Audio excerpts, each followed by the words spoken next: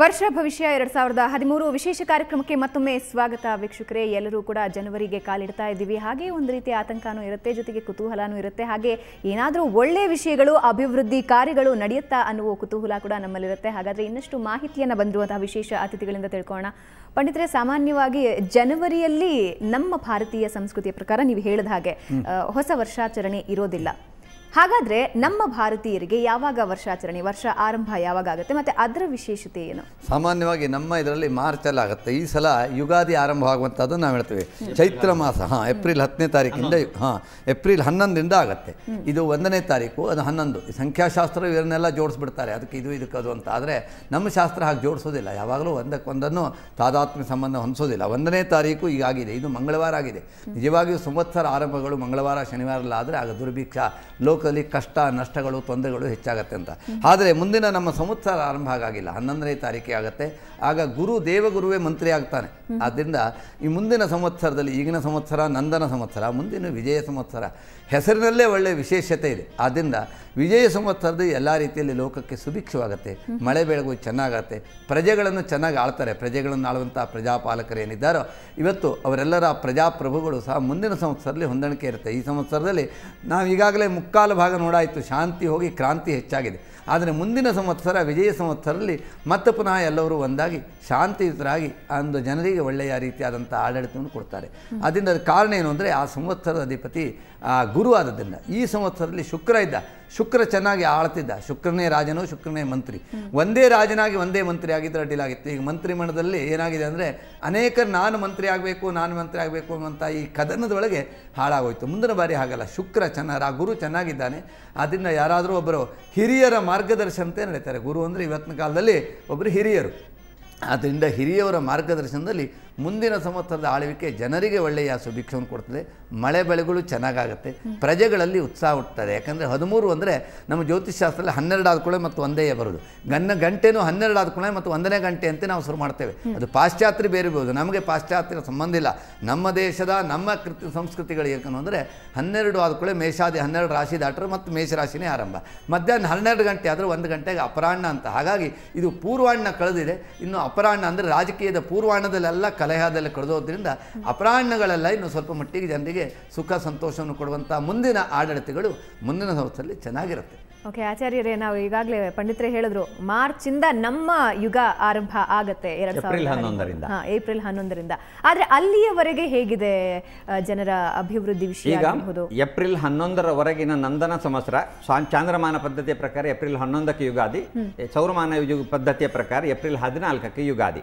ಚಂದ್ರ ಸೌರ ಯಾವುದನ್ನೇ ಇಟ್ಟುಕೊಂಡ್ರು ಈ ಬಾರಿ ಈ ಅದರ ಹೊರಗಿನ ಕಾಲದಲ್ಲಿ ನಂದನ ಸಂವತ್ಸರದಲ್ಲಿ ಶುಕ್ರನೇ ರಾಜನೂ ಮಂತ್ರಿಯೂ ಆಗಿರ್ತಾನೆ ಮತ್ತು ರಸಾಧಿಪತಿ ಗುರು ಆಗಿರ್ತಾನೆ. ಆದರೆ ಧಾನ್ಯಾಧಿಪತಿ ಇತ್ಯಾದಿಗಳೆಲ್ಲ ಕೆಲವಷ್ಟು ಪಾಪಿಗ್ರಹರು ಇದ್ದಾರಾದ್ದರಿಂದ ಮಿಶ್ರ ಪ್ರತಿಕ್ರಿಯೆಯ ಮಳೆ ಕಡಿಮೆ ಆಯಿತು, ಸಸ್ಯಗಳದ್ದಂಥ ಬೆಳೆಗಳು ಕಡಿಮೆ ಆಯಿತು, ಧಾನ್ಯದ ಬೆಲೆ ಹೆಚ್ಚಾಯಿತು, ಹೀಗೆಲ್ಲ ಆಯಿತು.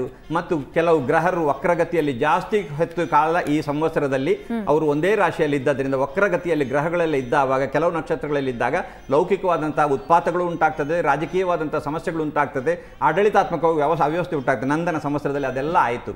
ಹಾಗೂ ಅದು ಇನ್ನು ನಾಡ್ದು ಏಪ್ರಿಲ್ 11ರವರೆಗೂ ಕೆಲವಷ್ಟು ವಿಷಯಗಳಲ್ಲಿ ಅದೇ ರೀತಿಯಾದಂಥ ಮಳೆ ವಿಶೇಷವಾಗಿ ಪುನಃ ಏನು ಬರೋದಿಲ್ಲ, ಅಥವಾ ಇದರಲ್ಲಿ ಬೆಳೆಗಳದ್ದಂಥ ದರ ಹೆಚ್ಚಾಗ್ತಾನೆ ಹೋಗ್ತದೆ.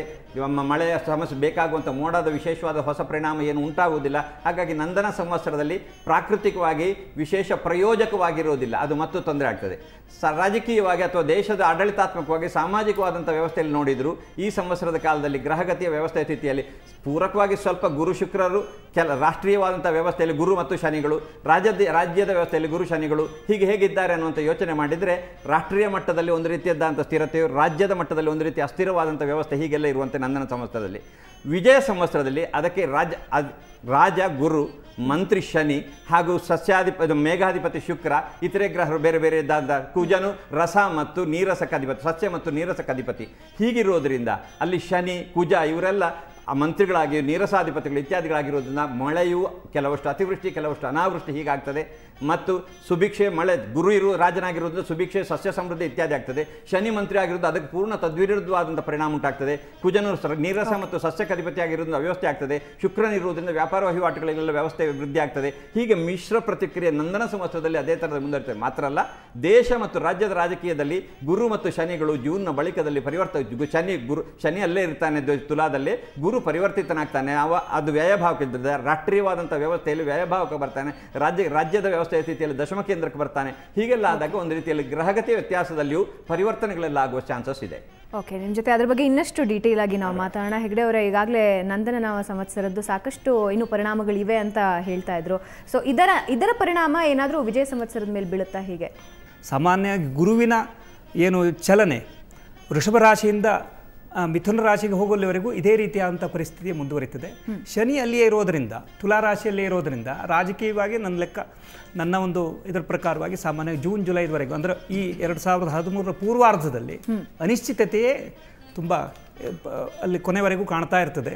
ಹಾಗೂ ತುಲಾ ರಾಶಿಯಲ್ಲಿರೋದರಿಂದ ಈ ನ್ಯಾಯಾಲಯಗಳ ವ್ಯವಸ್ಥೆ ಸ್ವಲ್ಪ ಅದೊಂದು ತನ್ನ ಹದ್ದು ಬಸ್ನಲ್ಲಿ ಇಟ್ಕೊಳ್ಬಹುದು ಅಂತ ಹೇಳುವಂಥದ್ದನ್ನು ಹೇಳಲಿಕ್ಕೆ ಬಯಸ್ತೇನೆ. ಓಕೆ, ನ್ಯಾಯಾಲಯದ ವ್ಯವಸ್ಥೆ ಸದೃಢವಾಗಿರುತ್ತೆ, ಒಳ್ಳೆ ರೀತಿಯಲ್ಲಿ ಆಗುತ್ತೆ. ಓಕೆ, ವಿಜಯ್ ಕುಮಾರ್ ಅವರೇ, 2013 ಅಂತ ನಾವು ಕೌಂಟ್ ನಿಮ್ಮ ನ್ಯೂಮರಾಲಜಿ ನೋಡಿದ್ರೆ 5 ಅಂತ ಲೆಕ್ಕಕ್ಕೆ ಬರುತ್ತೇನೋ. ಹೌದು. ಸೊ ಆ 5 ಸಂಖ್ಯೆಯನ್ನು ನಾವು ಗಮನದಲ್ಲಿ ಇಟ್ಕೊಳ್ಳೋದಾದ್ರೆ ಆ ವರ್ಷ ಹೇಗಿರುತ್ತೆ ಜನವರಿಯಿಂದ ಡಿಸೆಂಬರ್ವರೆಗೆ?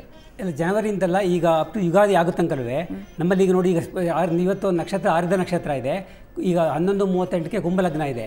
ಅಂದರೆ ಇದು ಯಾವುದು ಸ್ಥಿರ ರಾಶಿ. ಇದು ಸ್ಥಿರ ರಾಶಿಯಿಂದ ಪ್ರೆಸೆಂಟ್ ಏನು ಗಲಾಟೆ ನಡೀತದೆ, ಗಲಾಟೆ ನಡೀತೆ ಈಗ ಅಂತ ಅಪ್ ಟು ಮಾರ್ಚ್ ಏಪ್ರಿಲ್ ತನಕವೇ ಏನಿದೆ ಪ್ರೆಸೆಂಟ್ ಏನು ಚೇಂಜಸ್ ಆಗೋದಿಲ್ಲ. 2012 ಹೌದು, ಏನು ಬದಲಾವಣೆ ಆಗೋದಿಲ್ಲ. 2013ಕ್ಕೆ 6 ಆಗುತ್ತೆ ಆ ಸಂಖ್ಯೆ. ಆಗ ಅಲ್ಲ, 2013ಕ್ಕೆ ಇದು ಸಂವತ್ಸರ 27ನೇ ನಾಮ ಸಂವತ್ಸರದ ವಿಜಯನಾಮ ಸಂವತ್ಸರ 27ನೇದು. ಈ 27 ಸಂಖ್ಯಾಶಾಸ್ತ್ರ ಪ್ರಕಾರ 9. ಈಗ ಅವ್ರು ಹೇಳಿದಾಗೆ ನಮ್ಮಲ್ಲಿ ಯಾವುದು ಪೌರಾಹಿತ್ಯ ಯಾವುದು ಇಲ್ಲ. ಇದು ನಮ್ಮಲ್ಲಿ ಏನಾಗ್ತಂದರೆ ಎಲ್ಲ ಗ್ರಹಗಳ ಮೇಲೆ ಇಂಪಾರ್ಟೆಂಟು. ನಾವು ಗುರುಕ್ಕೂ ಇಂಥ ನಂಬರು, ಶನಿಗಿಂತ ನಂಬರ್ ಅಂತ ಕೊಟ್ಟಿರ್ತೀವಿ. ಈ ನಂಬರ್ ಮೇಲೆ ಅಂದರೆ ಕೇಂದ್ರ ಮತ್ತು ತ್ರಿಕೋಣ ಈ ಸಂಬಂಧದಲ್ಲಿ ನಾವು ಏನೇ ಪ್ರಯತ್ನ ಪಟ್ಟರು ಸಹಿತ ಇಲ್ಲಿ ಯಾವುದನ್ನು ಏನು ಬದಲಾವಣೆ ಮಾಡೋಕ್ಕಾಗಲ್ಲ. ಈಗ ನಾವು ಅನ್ಬೋದು ನೀವು ಅದು ಮಾಡಿ ಇದು ಮಾಡಿ ಅಂತ, ಯಾವುದನ್ನು ಬದಲಾವಣೆ ಮಾಡೋಕ್ಕೆ ಏನಾಗಲ್ಲ. ಆಗುತ್ತೆ, ಪ್ರತಿಯೊಂದು ಆಗೋದಾಗೆ ಆಗುತ್ತೆ ಇದರಲ್ಲಿ. ಈಗ ಆ ಪೂಜೆ ಮಾಡಿ ಪೂಜೆದಲ್ಲಿ ಶಕ್ತಿ ಇಲ್ಲ ಅಂತಲ್ಲ, ಶಕ್ತಿ ಇರ್ಬೋದು.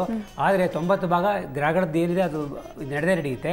ಈ ಸಂವತ್ಸರದಲ್ಲಿ ಅಂದರೆ ಏನು ವಿಜಯನಾಮ ಸಂವತ್ಸರದಲ್ಲಿ ಈಗ ಯಾವ ಗಲಾಟೆಗಳು ಯಾವುದು ನಡೆಯುವುದಿಲ್ಲ. ಈಗ ಆಗಿರೋ ಗಲಾಟೆನೇ ಜಾಸ್ತಿ ಆಗೋಯ್ತು.